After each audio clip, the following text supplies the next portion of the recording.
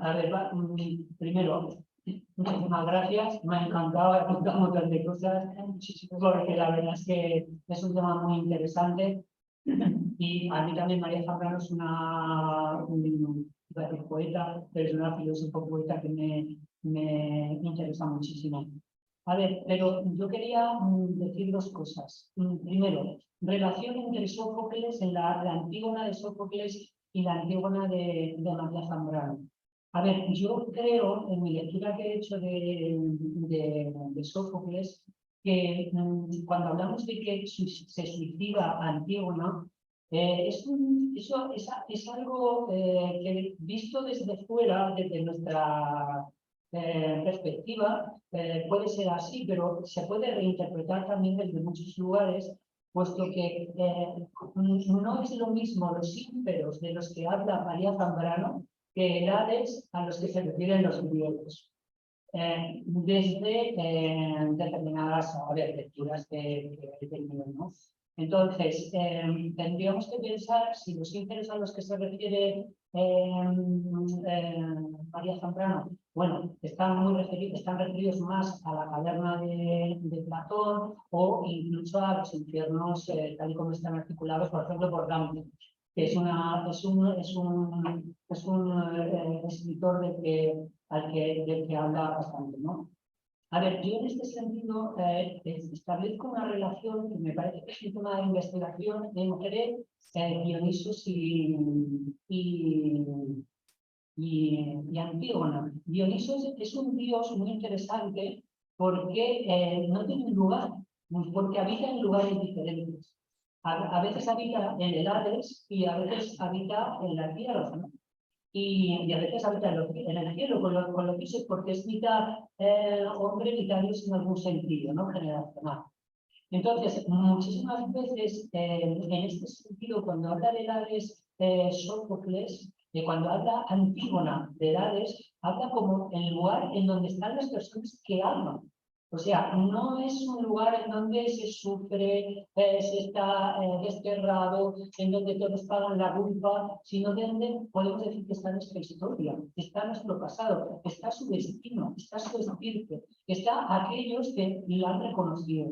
Hay una apreciación en María Zambrano, en toda la obra de María Zambrano, en toda, no solamente en la Antígona, que a mí me parece muy interesante, que es la soledad.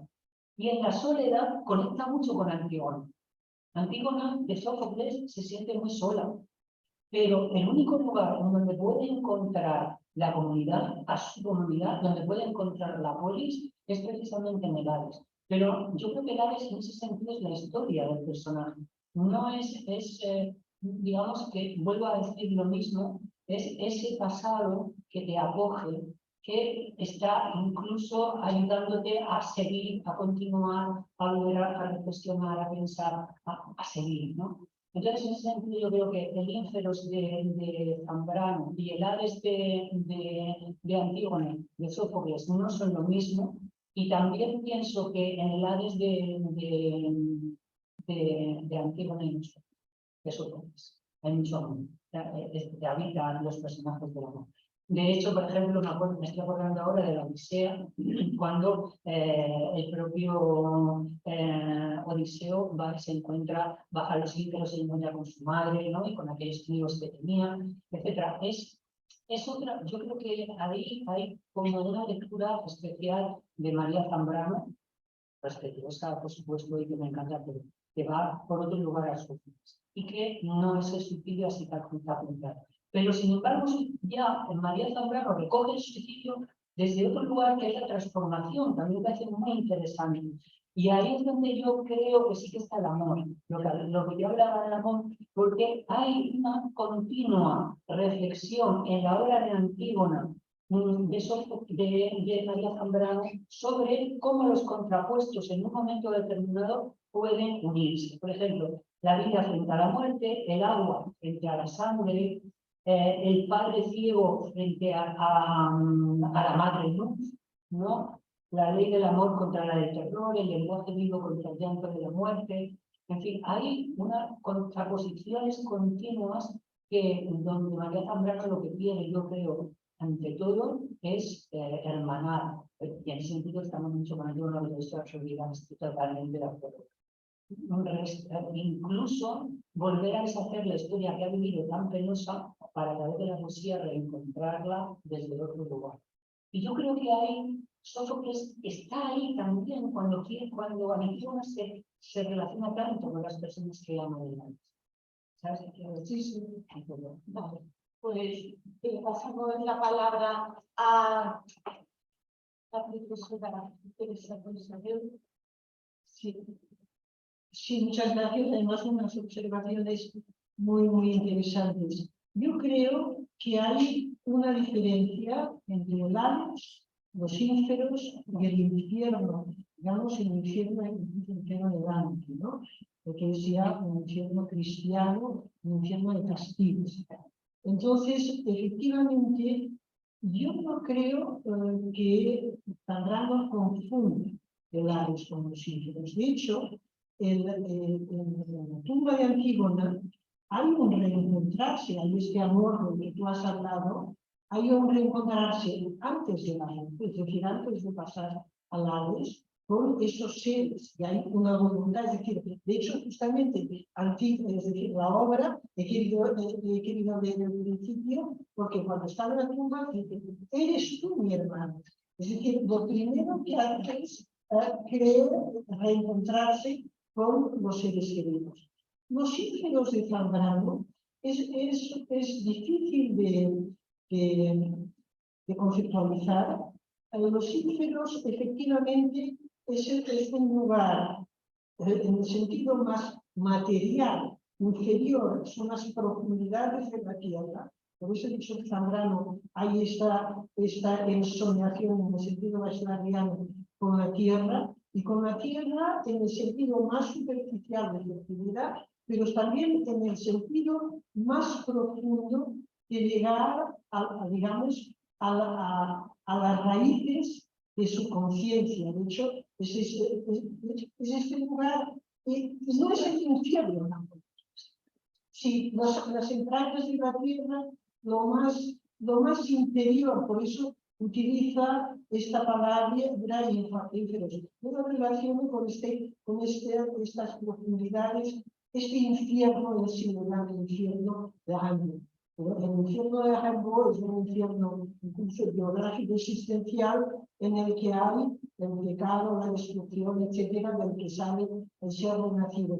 Aquí es un concepto muy determinado, pero que implica un descender, unir a las profundidades de. Y efectivamente, yo lo que creo es que no se confunde ni con el Hades de la tragedia griega, ni con el infierno cristiano. Es decir, es cierto que a la Antígona le interesa Dante, pero le interesa, digamos, le interesan los encuentros, pero no le interesa tanto en el sentido, digamos, teológico, porque Dante justamente hace de su odisea una teología. Por lo que se refiere al suicidio, el suicidio en Sófocles creo que es necesario desde un punto de vista viajero. Es decir, en Zambrano, en que, por ejemplo, Antígona no se suicida, es difícil explicar la Antígona. De hecho, es la nodriza que alude a ella, porque Demón se encuentra a la puerta de la tumba y al no poder entrar se suicida. Pero en el caso de Sófocles es mucho más vivo, es decir, además es necesario desde el punto de vista del relato, porque si no se suicidara, la Antígona de Sófocles se salva. Es decir, recuerda que es Tiresias que insiste, Demón que insiste con Creón para que vaya a salvarla. Es decir, en un principio Creón no quiere salvarla, y cuando Creón va a salvarla, porque se ha suicidado, ya no puede. Y entonces la profecía de Tiresias diciendo que todos los malos van a caer sobre Creón, es decir, cuando Creón llega, se encuentra a Antígona que se ha suicidado, se acaba de suicidar, y Hemón con una lanza quiere matar al padre, quiere matar a Creón. pero justamente no puede, y contrariamente a Edipo, es decir, hemos llegado a la situación. Y este es el gran castigo de Creón, porque al saber, ¿cómo se llama? La mujer, Eurídice, al saber Eurídice que Mono, su hijo, se ha suicidado, se suicida también ella. Es decir, si la Antígona de Sófocles no se hubiera suicidado, no tendríamos la tragedia. No tendríamos la tragedia. Hay que aprenderlos.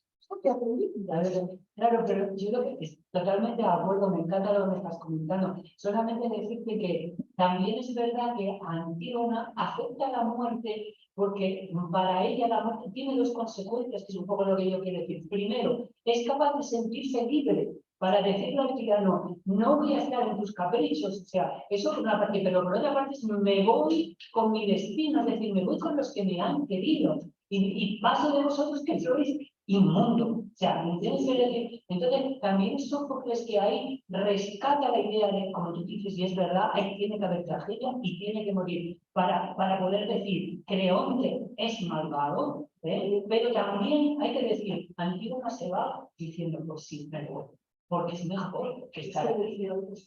Claro. Ahora tenemos una pregunta de la profesora Teresa Oñate. El micrófono se tiene un cable. No hace falta que me vaya. No, sí. No. Bueno, vamos a ver. En primer lugar, muchísimas gracias. Impresionante. Bueno, yo diréis que soy empática, pero me alegro de haber vivido hasta este momento para haber asistido a esta mesa redonda. Claro, Antígona es bueno, tan inconmensurable que parece imposible que vosotros hayáis conseguido que podamos participar de un festín, de un simposio como este, ¿no? Algunos matices que no son tanto preguntas quizá como subrayados en relación a la ponencia espléndida de Emilio Ginés. Agradecer también esto que decimos tanto con el Heidegger trágico. Estamos acostumbrados al Nietzsche trágico y no tanto al Heidegger trágico, lo que se retira a favor del don, porque se percibía que había mucho que decir en un leitmotiv de toda su obra y de su pensamiento, ¿no? Y subrayar que muy poco a menudo se hacen cargo los estudiosos de la racionalidad espiritual, de la noesis, de la dimensión de la orexis, ¿verdad? Estamos acostumbrados al nous poéticos, al creativo, al noe pacifique, al receptivo y no tanto a la orexis, ¿no? Que es en efecto ese deseo de hacerlo bien, de que haya el bien, ¿verdad? Que puede en efecto ser una orientación de una vida. Y yo cuando le oía esta mañana me acordaba del último ejemplo en mi vida que he tenido de esta orexis. Y es un perrito que nosotros tenemos, un Golden Retriever, Bambi se llama, y desde que nació, su relación con el mundo era decir, ¿cómo se hace bien? ¿Qué tengo yo que hacerlo para hacer bien, verdad? Y en este caso, en la dimensión de la tragedia, es que sí puedan enlazarse la creatividad, la receptividad, la puesta en obra de la verdad en la escena, la receptividad del público, que está poco subrayado. Y Emilio Ginés le ha llamado hambre. Me ha gustado mucho porque se entiende por deseo, pero es el hambre del bien, ¿no? Aquí es el subrayado. Y luego después, en relación a la catarsis de la poética de la tragedia de Aristóteles, también se entiende mal, en general, que es política, es comunitaria. Por lo tanto, aquí la relación entre el terror y la misericordia es la posibilidad de logos como el acto social, es decir, también los héroes están confundidos y mueren y sufren el espanto del zarpazo, del dolor, como todos los humanos, y luego la misericordia empieza por uno mismo, como dice el refrán castellano, ¿no? Es decir, la posibilidad de perdonarse es porque no se es omnipotente, porque hay la destinación, y esto da lugar también a la posibilidad de perdón y de compasión hacia los otros, ¿no? Me ha interesado mucho esa esa dimensión y esos subrayados quería hacer, ¿no?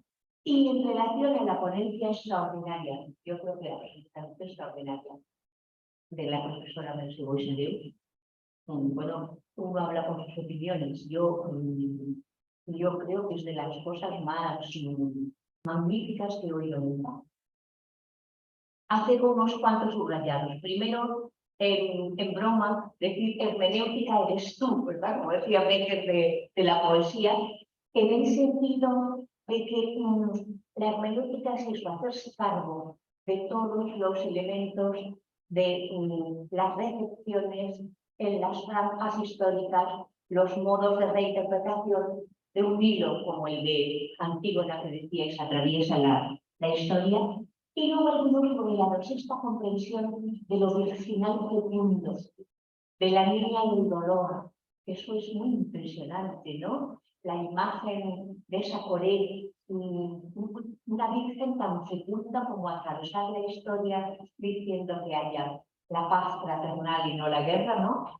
Y luego toda esta dimensión de la ley, que también ha subrayado la moderadora muy levemente, una ley de Moira que es para los dioses y para los hombres, no la pone Dios, ¿no? Toda esa cuestión en la que tanto insistía Marzoa, de Antígona, diciendo que de Marzoa, no fue Zeus quien me hizo decir esto, ¿no? Ese logos es un logos que pone en relación a los hombres y a los dioses, y ambos habéis insistido en una invocación a que los dioses acontezcan, y luego felicitar el hilo conductor de los espacios de Antígona, ¿no? Yo creo que eso permite que esto que es inconmensurable se pueda tratar.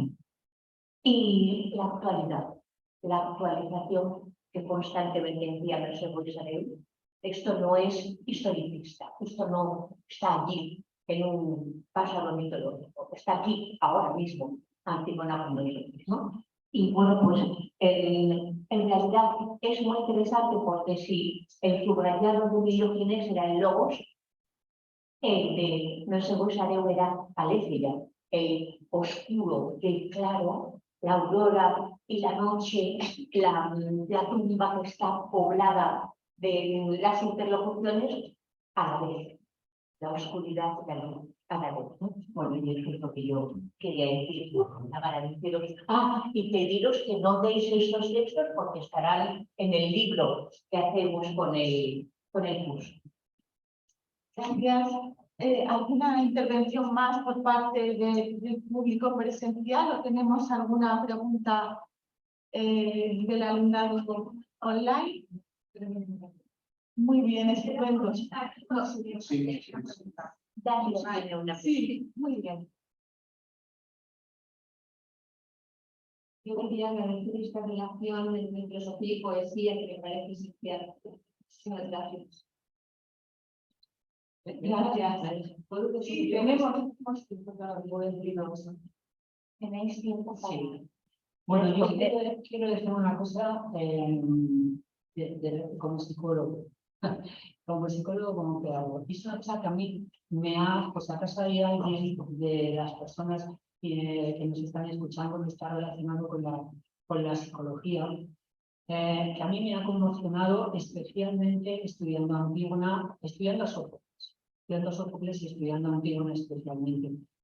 A ver, y es la relación de la Antígona como Eudaimon, ya no solamente histórico, sino en la propia vida de Sófocles.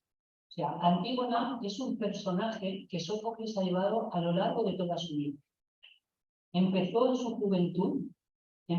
juventud cuando articuló a Antígona como una obra, lo siguió más tarde en Edipo, que Antígona vuelve a aparecer y además Edipo la reconoce como su hija amada, junto con Ismene, incluso diciendo que sus hijos no lo son tanto, y la vuelve a retomar otra vez en Edipo de Colón cuando tenía 90 años, llevando a Edipo hacia su país de nacimiento, que es un poco también lo que dice María Zambrano. Me parece O sea, es psicológicamente es impresionante, porque es el animus de Jung. Es el animus y el ánima que no solamente nos ha ayudado en la historia, sino que ha ayudado al propio autor a reencontrarse consigo mismo. Y ha sido como efectivamente una guía. A mí me parece eso realmente impresionante, porque no solo es un personaje histórico, es un personaje profundamente constructivo para la persona, ¿no? Psicológicamente.